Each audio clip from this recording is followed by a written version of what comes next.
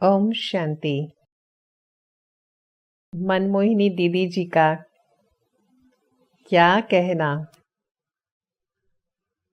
श्वेत वस्त्र, श्वेत कर्म, श्वेत व्यक्तित्व से भरपूर दीदी जी हमारे लिए हमेशा प्रेरणा स्रोत रही। जैसे दीदी जी का नाम वैसे ही गुण, मन को मोहने वाली दीदी। इस विश्व गगन में बहुत थोड़ी ऐसी आत्माएं होती हैं जो चमकती रहती हैं, और वो ऐसी आत्माएं होती हैं जिनको परमपिता परमात्मा स्वयं याद करते हैं। ऐसी सर्वोत्तम आत्माओं में से दीदी थी। 1963, आज से 59 वर्ष पहले मैं ज्ञान में आई। उस समय मधुबन में गए तो दीदी मिले। दीदी की दृष्टि इतनी शक्तिशाली थी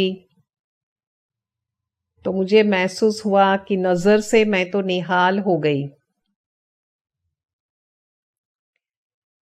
मुरली क्लास में देखते थे, बाबा मुरली सुनाते थे तो दीदी सबसे फर्स्ट बैठते थे। दीदी तो इतने पक्के गॉडली स्टूडेंट कि क्लास में चश्मा, डायरी और पेन लेकर के दीदी बैठते थे। और देखा कि दीदी क्लास के बाद में राउंड लगाते थे। यज्ञ के हर एक डिपार्टमेंट में राउंड लगाते थे, भंडारे में राउंड लगाते थे, और फिर आकर के दीदी सभी के साथ सब्जी काटते थे। माना कर्मणा सेवा में भी दीदी अपना समय देती थी। दीदी के साथ मुझे कश्मीर जाना हुआ। वहां दीदी का इतना एक्यूरेट सारे दिन की दिनचर्या देखी। अमृत वेले का योग, मुरली क्लास और सारी दिनचर्या बहुत एक्यूरेट और बहुत डिसिप्लिन। विशेष व्यक्तियों को भी दीदी इतना सुंदर रीति से मिलते थे कि विशेष व्यक्ति वो भी क्लास में आने लगते थे रेगुलर। दीदी सांता क्रूज सेवा केंद्र पर आई 1975 में जब खुला। उसके बाद तो दीदी भोजन कर रहे थे तो मैंने देखा कि दीदी साइलेंस में भोजन करती थी। तो वो भी एक प्रेरणा मिली, सीखा कि कैसे एक्यूरेट रहना है, डिसिप्लिन में रहना है और साइलेंस में भोजन करना है। एक बार नक्की लेक पे हम लोग गए थे तो वहां पर मेरा ब्रदर भी लौकिक साथ में आया था, प्रकाश नाम। तो दीदी ने उसको कहा, छोटी उम्र का वो था, तो दीदी कैसे गंभीर और रमणीक दोनों रूप देखा कि गंभीरता के समय गंभीरता और रमणीकता के समय रमणीकता। तो वो छोटी उम्र का था। तो दीदी ने बहुत अच्छा नक्की लेक के पास एक खेल दीदी ने खेला। यहाँ पर कॉइन रखा उसके और फिर ले लिया। पहले कहा कि आंखें आधी बंद आधी खुली हो, और फिर उसको कहा कि ये कॉइन जो है वो नीचे गिरा दो। तो लेकिन आंखें ऊपर करके, लेकिन वो कैसे होगा, कॉइन था ही नहीं वहां पर। तो दीदी इतना रमणीकता से छोटों के साथ ऐसे हो जाते थे। इतना वात्सल्य की मूर्ति थी दीदी। जो भी शिविर पार्टियों को यहां से हम सांता क्रूज से लेकर के जाते थे तो इतना सुंदर उनका परिवर्तन होता था। दीदी सुनाते थे कि एक आना है और 5 खोटे पैसे देना है। तो सुनने वाला भी बहुत चातरक होकर के सभी सुनते थे। दीदी की मीठी और मधुर सारी जो भी शिक्षाएं हैं, तो हमारे लिए वो बहुत प्रेरणा रूप बनी तीव्र पुरुषार्थ करने में, कि हमेशा हमें जीवन में डिसिप्लिन में रहना है, समय पर उठना, समय पर सोना और समय पर यज्ञ की सेवा करना। इसमें ही हमारी उन्नति है, इसमें ही हमारा सुधार है और इससे ही हम सफलता पाएंगे। यही सफलता की एक कुंजी है, चाबी है। तो ये बात हमने दीदी से सीखी। और कैसे दीदी बाबा के साथ चक्र लगाती थी, बाबा की अंगुली पकड़कर। तो एक बार बाबा ने दीदी को कहा कि यहां तुम अंगुली पकड़ करके चक्र लगा रही हो, तो सतयुग में कृष्ण तुम्हारी अंगुली पकड़ेगा, तो ये नशा है। तो इतना अच्छा लगा ये बात सुन करके।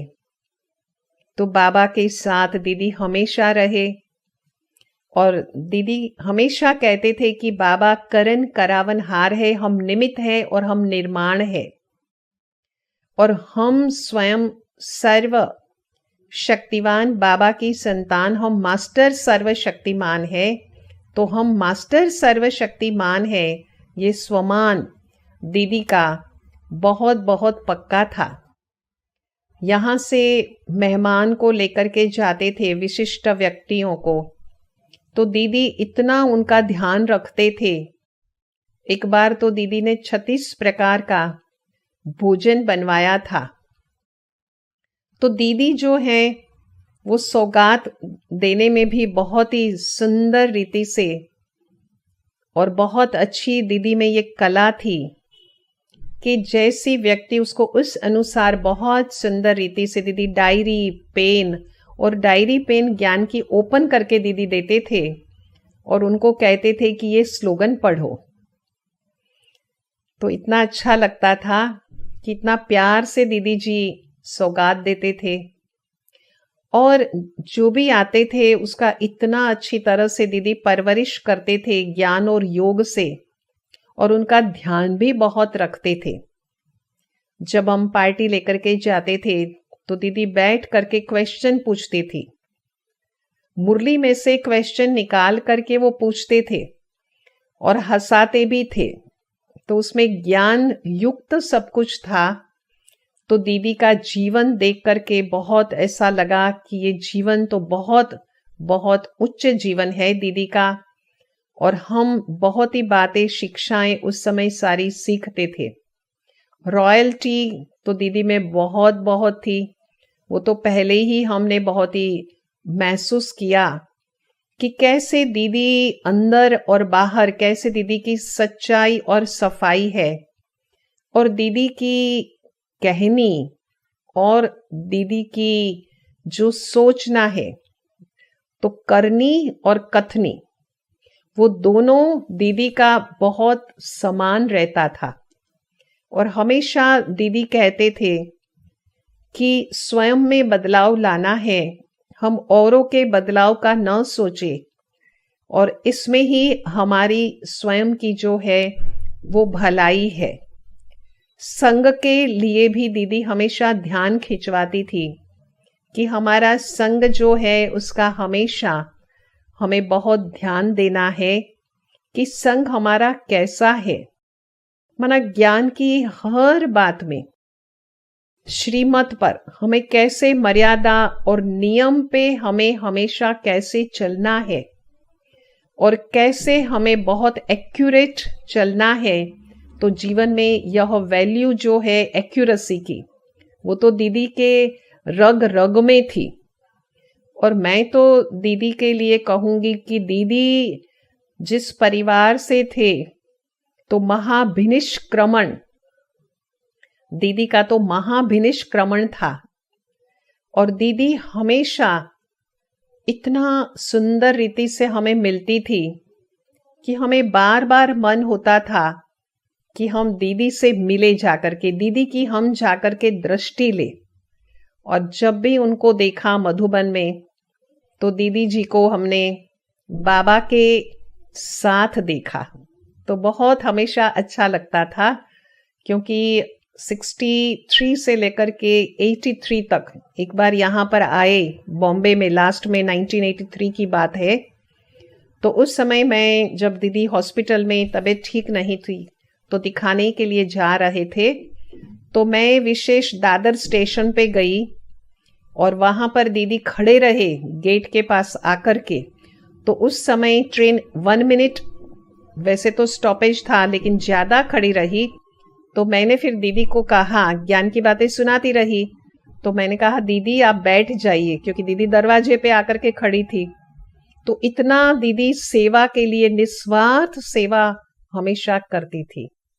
ओम शांति।